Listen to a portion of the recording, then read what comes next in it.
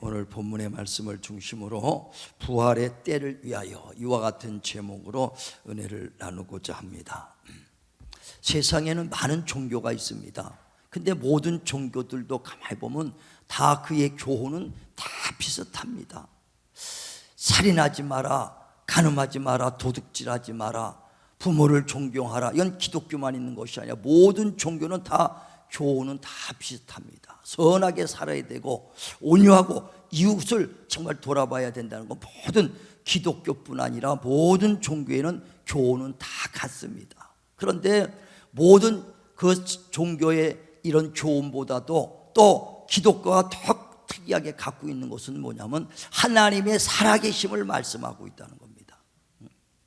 척가모니가 살아있다는 건 말하지 않습니다. 교훈은 말해도 또 그 모하메트가 살아있다는 말은 안 하거든요. 교훈은 말하고 있어요. 그가 했던 교훈은 지금도 그 교훈을 지키라고 얘기하고, 많은 종교들이 교훈은 지키지만 그 교훈을 말했던 그 자가 살아있다는 말은 안 하거든요. 그러나 하나님은 지금도 살아계시다는 것을 성경은 말하고 있다는 겁니다.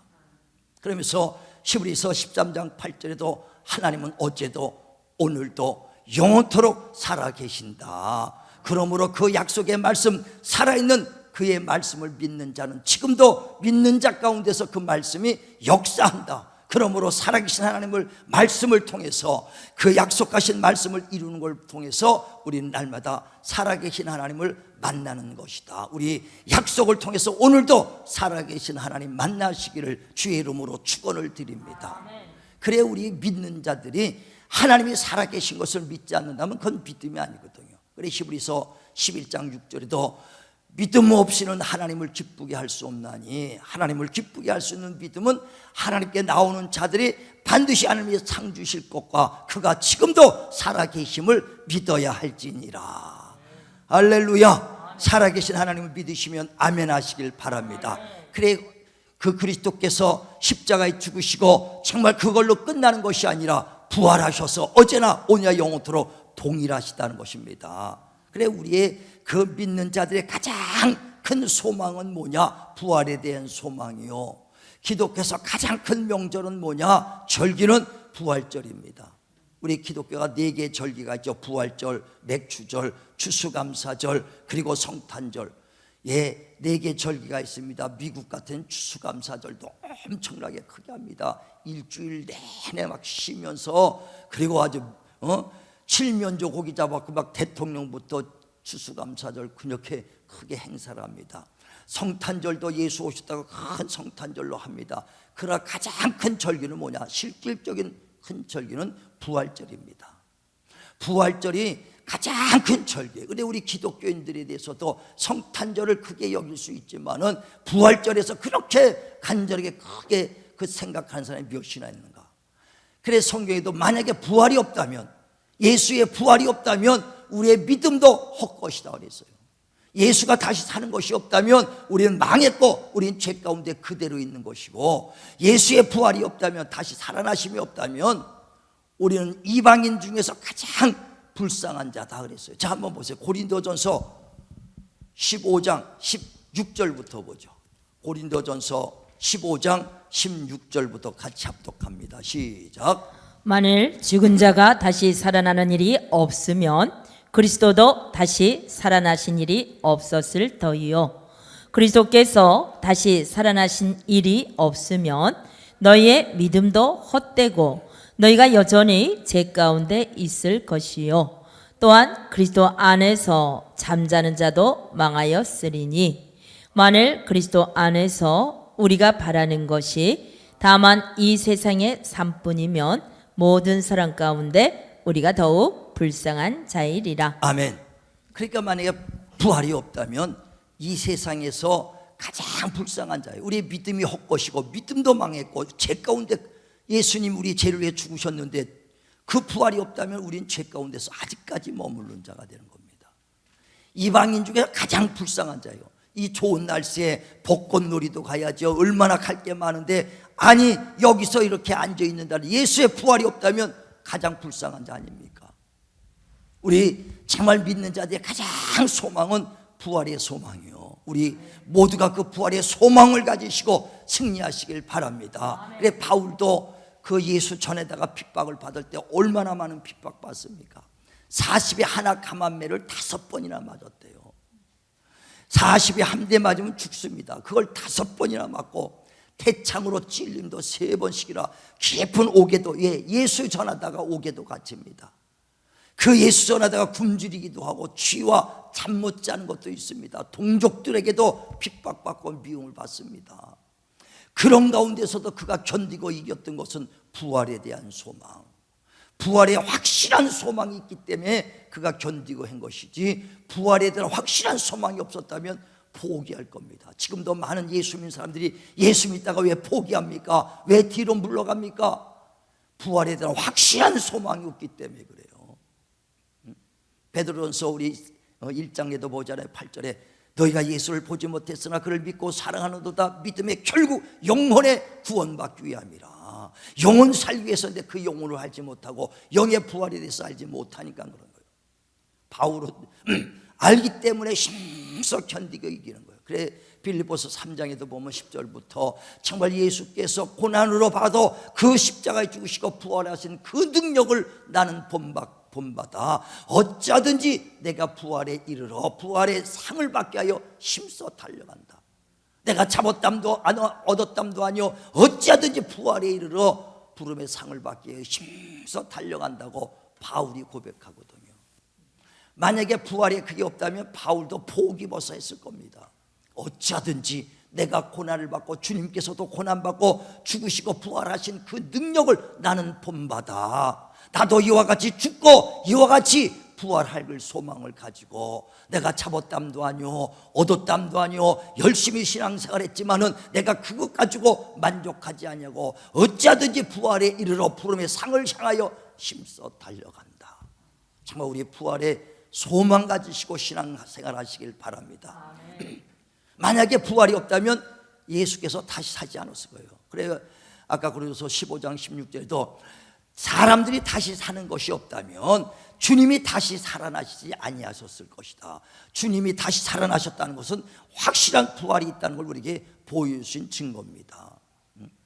그래 예수께서 이 땅에 오셔서 요한복음 11장 25절에 말씀하죠. 나는 부활이요 생명이니 나를 믿는 자는 죽어도 살고 살아서 믿는 자는 영원히 죽지 아니하리라. 할렐루야. 일반 종교는 부활에 대해서 얘기 안 합니다. 그 말씀을 전하고 이 교훈을 했던 이 세상의 말로는 조주요 정말 이런 자들이 살아있다는 사람 하나도 없습니다. 그러나 하나님은 어제나 오늘나 영원토록 동일하고 살아계시며 그를 믿는 자는 동일하게 영생하는 걸 믿으시길 바랍니다. 그래 우리가 부활에 대한 소망을 가지고 신앙생활을 하는데 왜 부활에 대한 소망을 가지면서도 확신을 못 갖느냐? 어떻게 다시 살아나며 어떤 모습 오는 걸 확실히 알지 못하니까 그냥 막연하게 부활에 대해서만 한다. 이게 부활에 대해서만 이렇게 부활할 것인가 저렇게 부활할 것인가 궁금하지만은 알지 못하니까 그냥 막연하게 생각해. 예수님 당시에도 그랬고 그 많은 사람들이 예수의 부활을 말하니까 많은 사람이 질문해요.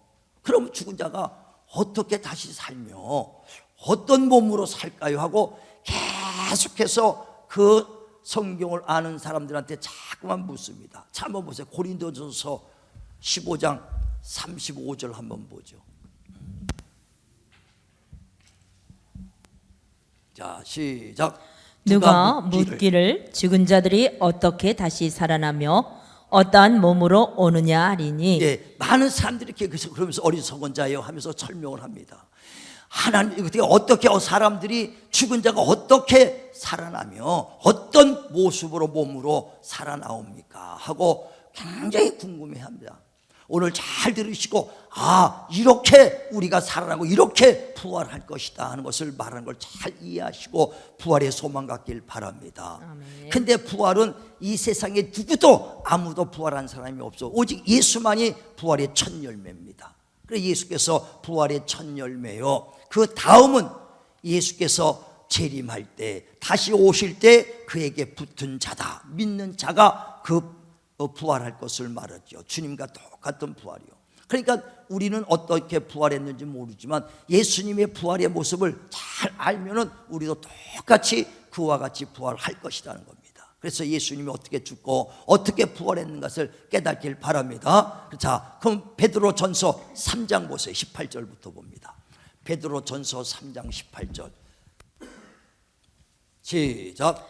그리스도께서도 단번에 죄를 위하여 죽으사 의인으로서 불의한 자를 대신하셨으니 이는 우리를 하나님 앞으로 인도하려 하심이라.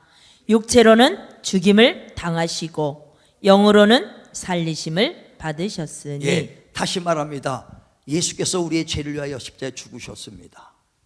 그리고 다시 살아났습니다. 이는 우리 죄인들을 하나님 앞으로 인도하려고 한 것이라는 거예요. 그런데 예수님이 죽으실 때 어떻게 하고 어떻게 부활했느냐? 예수님의 육체가 죽으시고 영이 살아났다 그랬습니다. 뭐가 죽으셨다고요? 육체가 죽으셨어요. 우리와 똑같은 연약한 육체, 정말 그 육체를 갖고 오셔서 육체는 죽으시고 영이 살아났습니다. 그 영이 살아났을 때 그 무덤에서 3일 만에 살아나시고 영이 살아났다가 그 3일 후에 부활하셨다는 겁니다. 그러니까 육신이 죽고 3일간은 영이 살아난 상태로 있다가 3일 만에 부활을 하신 겁니다. 그때 부활한 다음에 제자들에게 나타납니다. 그래 오늘 본문의 말씀이에요. 제자들에게 나타나요. 그때 먼저 그 엠마오로 가는 두 청년을 만날 때 그 글로벌한 청년과 자기 친구랑 가다가 예수 만납니다. 그리고 만났다니 그걸 가지고 이제 예루살렘에 와서 제자들을 만나러 왔습니다. 그랬더니 제자들도 똑같은 말로 예수님이 부활하셨다는데, 야, 예수님이 부활하실 때 그런 얘기를 논쟁하고 있더라 이거예요. 그때 예수께서 그들에게 나타나는 겁니다. 나타나서 제자들에게 다 보이니까 제자들이 깜짝 놀라서, 왜 놀라느냐? 죽은 자가 왔으니까 혼백이 돌아왔는지 알고 영혼이 왔는지 알고 깜짝 놀랄 때 예수께서 그들에게 말하는 장면이에요. 자, 35절부터 보죠. 우리 누가복음 24장 35절부터 봅니다. 시작. 두 사람도 길에서 된 일과 예수께서 떡을 떼심으로 자기들에게 알려지신 것을 말하더라. 이 말을 할 때에 예수께서 친히 그들 가운데 서서 이르시되 너에게 평강이 있을지어다 하시니 그들이 놀라고 무서워하여 그 보는 것을 영으로 생각하는지라. 예수께서 이르시되 어찌하여 두려워하며 어찌하여 마음에 의심이 일어나느냐? 내 손과 발을 보고 나인 줄 알라. 또 나를 만져보라.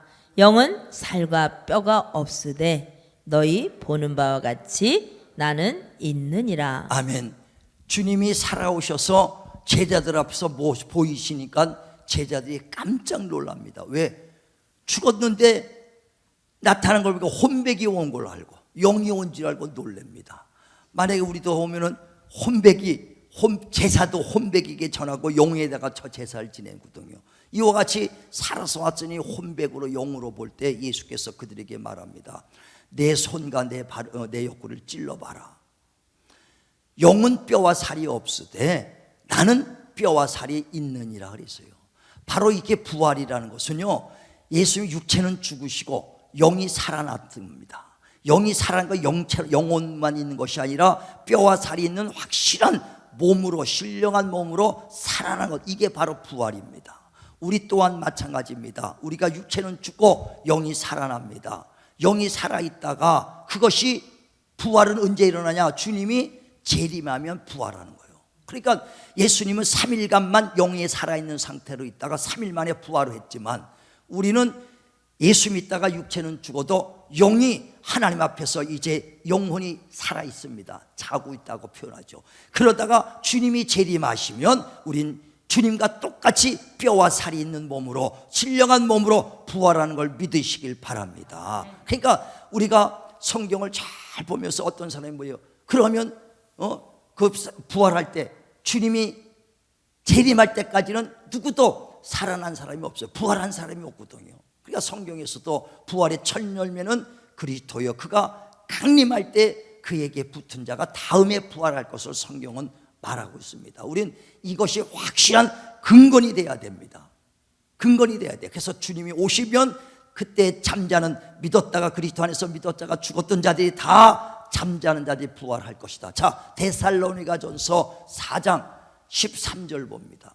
데살로니가전서 4장 13절부터 쭉 읽습니다. 시작. 형제들아, 자는 자들에 관하여는 너희가 알지 못함을 우리가 원하지 아니하노니 이는 소망 없는 다른 이와 같이 슬퍼하지 않게 하려 함이라. 우리가 예수께서 죽으셨다가 다시 살아나심을 믿을진대 이와 같이 예수 안에서 자는 자들도 하나님이 그와 함께 데리고 오시리라. 잠깐요. 자, 예수께서도 죽었다가 다시 살아나신 것 같이 이와 같이 예수 안에서 예수 믿다가 자는 자들도 이와 같이 하나님이 그들과 함께 데리러 오시리라. 우리도 똑같이 살아날 것을 말씀합니다. 그러면서 15절 시작. 우리가 주의 말씀으로 너희에게 이것을 말하노니 주께서 강림하실 때까지 우리 살아남아 있는 자도 자는 자보다 결코 앞서지 못하리라. 주께서 호령과 천사장의 소리와 하나님의 나팔 소리로 친히 하늘로부터 강림하시리니 그리스도 안에서 죽은 자들이 먼저 일어나고 그 후에 우리 살아남은 자들도 그들과 함께 구름 속으로 끌어올려 공중에서 주를 영접하게 하시리니 그리하여 우리가 항상 주와 함께 있으리라. 아멘. 아멘. 그러니까 그리스도 안에서 믿고 죽은 자들아 낙심하지 마라. 주님이 강림할 때 정말 우리가 육신은 죽고 영이 살아있을 때 그들이 이제 그 영이 살아있다가 주님이 오시면 그 영이 다 부활할 것을 말한다는 얘기예요. 이해가시면 아멘 하시길 바랍니다. 그러니까 우편 강도가 있어요. 좌편 강도가 있습니다. 다시 말하면 예수님이 십자가 죽을 때 강도들이 같이 좌편 우편에 같이 십자가에 못 박혔는데 그 중에 한 좌편 강도는 예수님 막 비방합니다. 당신이 하나님의 아들이면 우리를 다 여기서 내려놓으면 우리를 믿겠다. 그때 우편 강도가 말하기를 너나 나나 우리는 죄를 져서 이렇게 십자가에 죽지만은 예수님은 죄 없이 우리 인류를 위해서 대신 대속해 주기 위해 죽으신다 하면서 그 예수께 말하죠. 주여 오늘 당신의 나라에 갈 때 나를 기억하소서 하고 주님 믿음을 고백합니다. 그때 예수께서 우편강도에게 말합니다. 오늘 내가 나와 함께 낙원에 있으리라. 죽음은 어디 간다는 거예요? 나와 함께 낙원에 갈 것을 말한다 이거. 자, 한번 보세요. 누가복음 23장 43절만 보죠. 예, 기니까 43절 한 절만 보요. 우편강도에다 말합니다. 시작. 예수께서 이르시되 내가 진실로 내게 이르노니 오늘 내가 나와 함께 낙원에 있으리라 하시니라. 그래 우편강도는 어디 갔어요? 낙원에 가는 거예요. 주를 고백하니까 당신의 나라 갈 때 나를 기억하소서. 믿음을 고백할 때 육신이 죽고 낙원에 가 있는 거예요. 그 사람이 부활한 것이 아니요 육신은 죽고 영이 어디가 있어요? 낙원에 가 있는 거예요. 부활은 언제 와요? 주님이 재림해야 부활을 하는 것입니다. 이해가시죠? 여기서 성경에서 사람들이 질문을 해요. 누가복음 16장 19절에 부자와 가난한 자가 그 이야기했다. 부자와 거짓 나사로 얘기가 있는데 둘 다 죽었습니다. 나이 먹고 죽었어요. 그런데 그 부자는 음부에 가서 고통 중에 있고, 그리고 가난한 나사로는 아브라함의 품에 있더라 이거예요. 그때 그 부자가 아브라함의 품에 있는 그 나사로를 보고 주여 내가 이 불꽃 가운데 고통 중에 있으니 그 손가락에 물 한 방울 쳐 내 혀에 갖다 주옵소서 할 때 그 사람들은 어디 갔느냐, 부활했는 겁니까? 물어보는 사람이 있어요. 근본을 여러분이 딱 잡으라 그랬잖아요. 예수 재림하기 전에 누구도 부활한 적이 없어. 그럼 그거 딱 기본을 잡고 나면은 그 사람이 뭐 있는 거예요? 육은 죽고 뭐가 살아있어요? 영이 살아있는 상태예요. 영은 영체로만 있는 거예요. 기본만 딱 틀이 잡으면 괜찮습니다. 그러면 거기서 에녹의 부활, 에녹의 승천, 엘리야의 승천도 이해가 가는 거예요. 이해가시겠어요? 육신은 죽어도 영이 살아나 있어요. 엘리야도 순간에 영이 승천했습니다. 에녹도 승천했어요. 어딨냐? 부활은 아니고 영이 지금 하늘에 올라가 있는 것이지. 영이 살아있다는 거예요. 이해가시면 아멘 하시길 바랍니다. 그 근본을 알면 성경이 다 이해가고 오해되는 부분이 없어요. 또 어떤 사람은 두 번째 이런 질문을 많이 해요. 예수님이 십자가에 죽으실 때에 휘장이 위에서 아래까지 찢어지면서 예수께서 엘리 엘리 라박사박다바니 하면서 운명하셨도다. 그때 무덤에서 잠자는 자들의 몸이 살아났다 이거예요. 많은 사람이 그 무덤이 열려가지고 무덤에서 살아났어요. 그리고 난 다음에 예수께서 3일 만에 부활하신 다음에 그들이 많이 예루살렘에서 그들을 보았더라 그랬습니다. 자, 한번 보세요. 마태복음 27장 50절부터 보세요. 그 살아난 사람이 뭐냐고 또 묻는 사람들도 있습니다. 자, 마태복음 27장 50절부터 시작. 예수께서 다시 크게 소리 지르시고 영혼이 떠나시니라.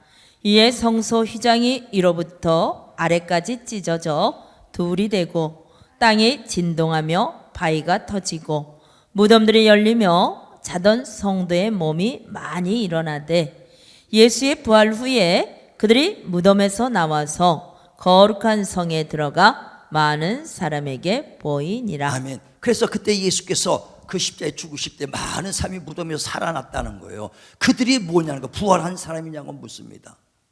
근본 딱 잡으면 예수께서 재림하기 전까지 누구도 부활한 사람이 없어요. 그럼 그 사람이 뭐냐? 무덤에 죽었던 사람이 살아났습니다. 그것은 죽은 나사로를 주님이 무덤에서 살렸어요.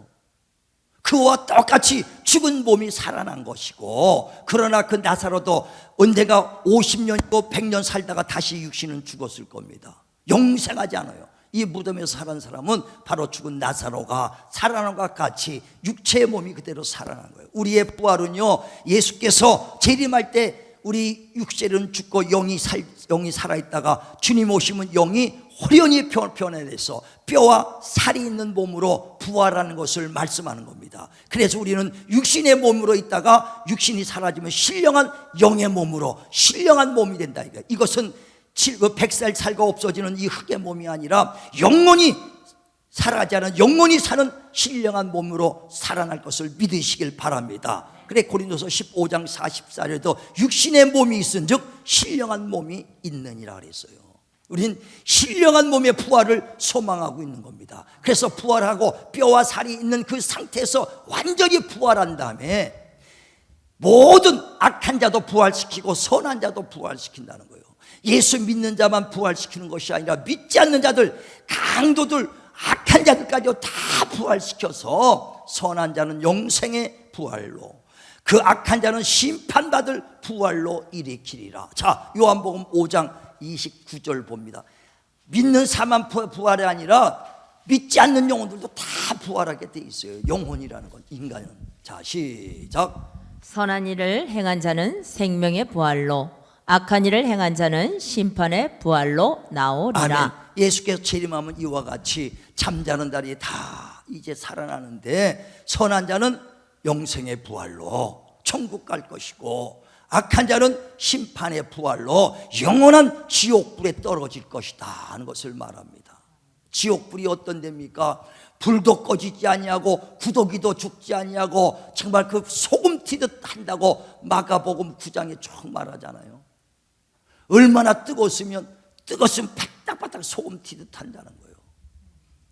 저번에 포항제철에서 사람들이 그 일하다가 미끄러져 가지고 그 2400도 되는 철이 끓는 데다 빠졌어요. 그대로 그냥 녹아 떨어져 없어져 버렸어요. 그냥 녹아 2400도가 아니라 지옥은요 아마 8000도, 14000도 이렇게 뜨끈하지 어마어마할 겁니다. 그런데 딱 떨어져 죽으면서 어떤 생활을 했을까? 으악 하면서 순간에 자기 녹아버리고 없어졌겠죠.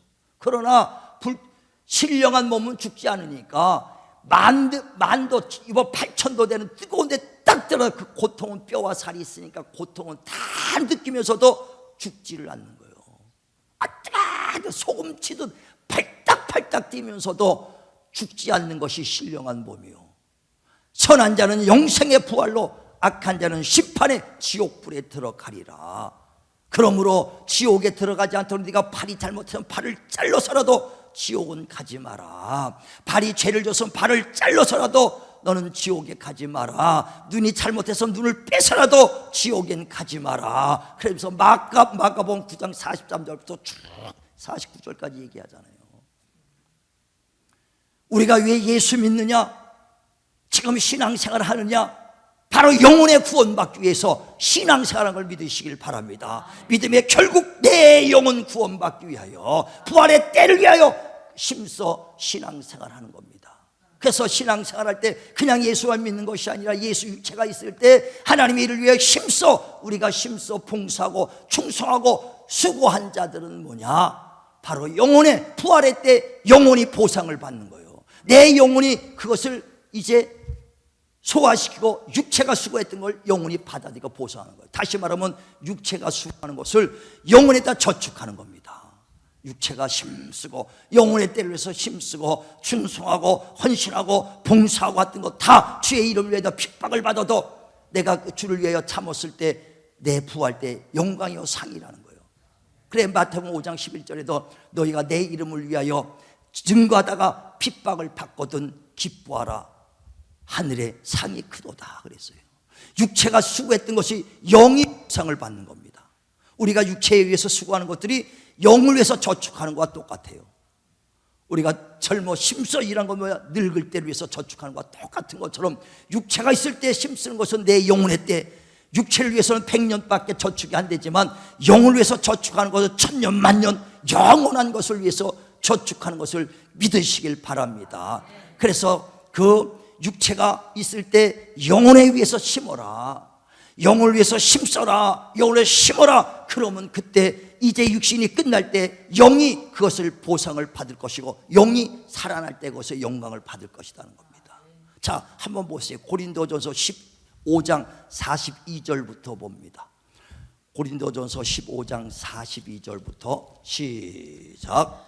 죽은 자의 부활도 그와 같으니 썩을 것으로 심고 썩지 아니할 것으로 다시 살아나며 욕된 것으로 심고 영광스러운 것으로 다시 살아나며 약한 것으로 심고 강한 것으로 다시 살아나며 육의 몸으로 심고 신령한 몸으로 다시 살아나나니 육의 몸이 있은즉 또 영의 몸도 있느니라. 아멘. 그러니까 육체로는요 썩어질 것 육체입니다. 근데 이 썩어질 육체를 위해서 영혼을 위해 때를 위해서 힘쓸 때 부활 때에 그 영혼이 보상을 받는다는 거예요. 약한 이 육체를 갖고 심을 때 거룩하고 강한 이 영혼으로 보상을 받는 겁니다. 우리가 이 육체는 바로 영혼의 때를 위해 심는 정말 씨앗과 같은 걸 믿으시길 바랍니다. 그래 육체의 몸만 있는 것이 아니라 부활 때는 영의 몸이 있다. 신령한 뼈와 살이 그냥 영혼 자체로 돌아다니는 것이 아니라 뼈와 살이 있는 확실한 몸으로 부활할 것입니다. 우리 부활의 소망을 가지시고 정말 오래 참고 인내하시고 세상의 유혹을 이기시길 바랍니다. 어떤 시험과 유혹도 이기시길 바랍니다. 그래 야고보서 5장 7절에도 정말 주님이 재림하실 때까지 너희가 오래 참고 인내하라. 정말 그 농부가 그 씨를 뿌리고 늦은 비와 이른 비를 기다린 것 같이 재림할 때까지 인내하며 참고 기다려라. 어떤 유혹도 이기고 정말 내 영혼을 한다면 뒤로 물러갈 수 없을 겁니다. 영혼의 부활만 안다면 확실한다면 신앙생활 목숨 걸고 할 수밖에 없어요. 우리의 믿음의 선진들 바울도 왜 순교하면서까지 신앙생활하냐? 영혼의 때를 알았기 때문에 어찌하든지 내 부활에 이르러 부름의 상을 받기 위하여 부활의 상을 받게 달려갔도다. 우리 부활절을 맞이하여 그냥 관념이 아닙니다. 확실하게 주님은 죽었다가 살아나셨다는 것입니다. 우리 확실한 부활의 소망을 가지셔서 바울처럼 내가 선한 싸움은 다 싸우고 달려갈 길을 마칠 때까지 믿음을 지켜 우리 받을 영광, 받을 의의 면류관 바라보며 달려가는 그래 기쁨으로 시험도 이기고 겨아버리 고난도 이기고 환난도 견디는 우리 기쁨으로 승리하는 부활의 신앙을 가지시길 주님의 이름으로 축원을 드립니다.